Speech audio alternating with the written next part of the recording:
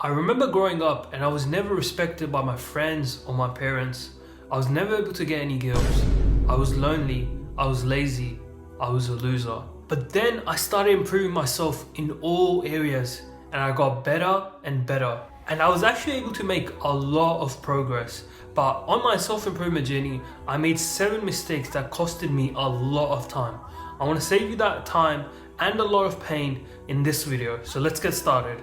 You see, when I first discovered self-improvement, I realized that this was my ticket to the life I wanted. That if I was able to pull this journey off, I could have the money I wanted, the relationships I wanted, I could have everything I wanted. Self-improvement, this whole concept, this whole journey I was about to go on could change my entire life.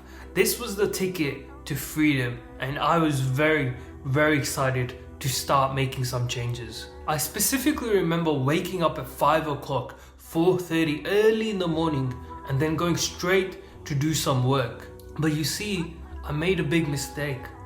I missed Fajr, the morning prayer, and I put my goals of self-improvement over my deen, over my religion, over Allah, my creator. And this was such a big mistake. I thought that my self-improvement was a bigger priority than my religion itself.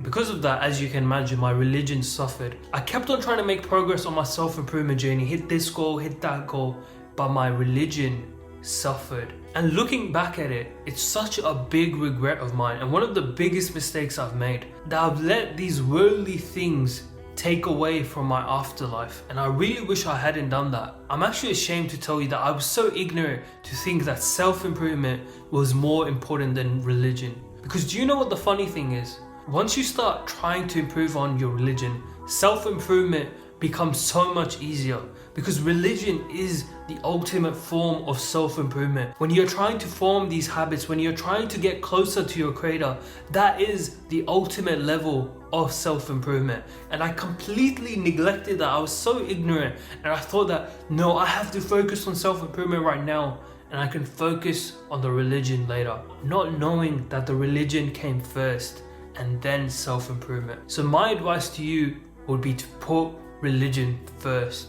To know that without religion, your self-improvement progress, your self-improvement journey will not be half as good. You won't be able to form the right habits. You would keep slacking until you have that strong foundation in your religion. There have been quite a few nights in my life where I've gone to bed trying to sleep, but I can't. Because I have this guilty feeling inside of me that today was another unproductive day. That I spent 8 hours on my phone, 10 hours on my phone, consuming content, going through social media, and not actually making progress to my goals.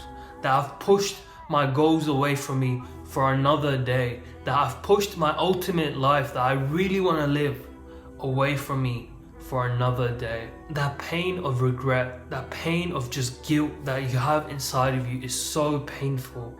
And I've experienced it a lot of times, a lot of nights. And even though that pain was actually kind of a good thing because it pushed me to get better and better the day after, I kind of regret being that mad at myself, being that disappointed in myself. The beautiful thing about this journey is that it's not supposed to be perfect. You're supposed to embrace imperfection. You're gonna have those on and off days. You're not going to be the best version of yourself every single day, and that's fine. Because you're going to use that pain and you're going to use that experience to get better the day after. And as long as you stay consistent on continuously trying to improve and you stay on this journey for 3 months, 6 months, a year, 2 years, you will improve. As long as you keep showing up every single day. In a weird way, me being on bed and having that negative feeling was actually a good thing, because it pushed me to be better the day after and the day after that. And slowly but surely, the good days mixed with the bad days actually made an okay amount of progress, a decent amount of progress, because I stayed consistent. So at the end of the day, just like in everything else in life, consistency is key. If you keep showing up, if you keep striving to do the right things, you will eventually start winning. I promise you that. Embrace imperfection and strive to be consistent. I remember being 18 and I'm trying to make some changes in my life. I'm trying to improve myself and get better and better. But I had a big problem. My values and beliefs, my head was in the right place. I was trying to become a better version of myself, but I was still holding the beliefs, the values, and the thinking of my past self, of the version of me who was lonely, who was lazy, he was a loser. I was still thinking in that way when I was trying to become a winner, and obviously it was not serving me. One of the most important principles of self-improvement is it's not what you do, it's who you are. If you have the personality of the type of person you want to become, if you have the identity of someone who is just on self-improvement and they've made a lot of progress, just with that identity alone, you will make a lot of progress. If a fat guy who goes to a gym has an identity of like a gym bro, an athlete, he will through time just become that person. He will become that gym bro, that athlete, just because he has started thinking like that. And thoughts lead into actions, and actions will lead into results. So when you want to make a change in your life, don't worry about the actions. Worry about your thoughts inside of your head. Think about how you can change your own mind, your identity, so you can become that better version of yourself. Strive to self-transcend and improve your identity, improve your values and beliefs, and the actions will follow, and so will the results. The fastest way to change your life is to change your body, because when you change your body, you end up changing your identity, your values, your beliefs, and because of that, you act in a different way that can either serve you or harm you. So if you go through a positive body transformation, you will have this positive change in your identity, and you will create a positive change in your life. So focus on changing your identity and the results will follow. Do you know the amount of times I've deleted Instagram, re-downloaded it, deleted it again, and then re-downloaded it? For so long, I was stuck in this cycle of just removing distractions, going back to them, removing distractions, going back to them. And I failed to realize that you don't just remove distractions from your life, you replace them. Because what happens is when you have removed that distraction that you were spending 2, 4, 6, 8 hours of your day on, you end up sitting there trying to fight off this urge to go back to this distraction, to go back to this bad habit. But you have nothing positive to distract you from the bad habit. You see, you have to replace your bad habits. You have to replace your distractions with something positive. Replace social media with a podcast. Replace that box of donuts with like dark chocolate, which isn't as bad. Replacing things makes it so much easier for you to get rid of the distractions, to get rid of the bad habits. And that is so powerful. And suddenly you don't have this urge to just be in this cycle, and you can actually start improving and getting away from these distractions, getting away from these habits. For almost a year, I tried to wake up at 5, 6 in the morning, whatever, right? I set out targets, and some days I would wake up at 5, and the day after I'm waking up at 5, and the day after I'm waking up at 5, and the day after I'm not waking up at 5. Something came up last night, I slept too late, and it's 8 o'clock and I'm still in bed. My routine is completely thrown off. My body and mind aren't right because my sleep schedule is all over the place. There are days where I'm waking up at 5, and on other days I'm waking up at like 9:30, and I didn't have a system in place. I didn't have a routine, and that's why it was so much harder to wake up and do the right things, do the right actions. And it made it so much harder for me to be doing the right things, for me to be taking action, staying on the right path, and staying away from the bad habits. So building out a routine and having a set time in which you go to bed and wake up at is so powerful. And if you can do that for the next 30 days, whatever time it is, just have a set time. I'm gonna go to sleep at 10, I'm gonna wake up at 7, and I'm gonna do this for the next 30 days.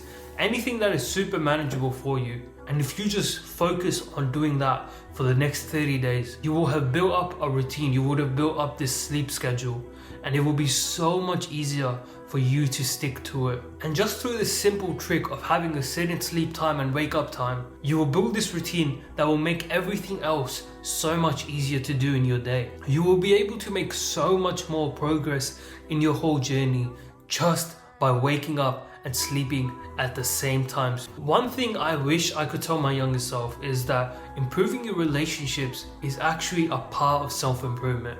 You see, there were times when I was in monk mode and I was really trying to lock in and focus on myself, that I disconnected myself from my family, from my friends, and because of that, I felt lonely. I felt so bad. Because the thing is, us humans, we are social creatures. We do like to have that social element in our lives.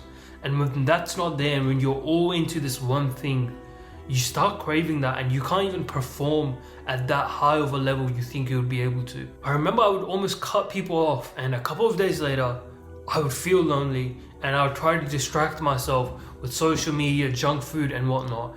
And what was the point of that when like a little meetup with the boys or a little family dinner would have solved that problem? So one tip I want to give you is, do not just cut your friends off. Do not cut your family members off because you're trying to lock in.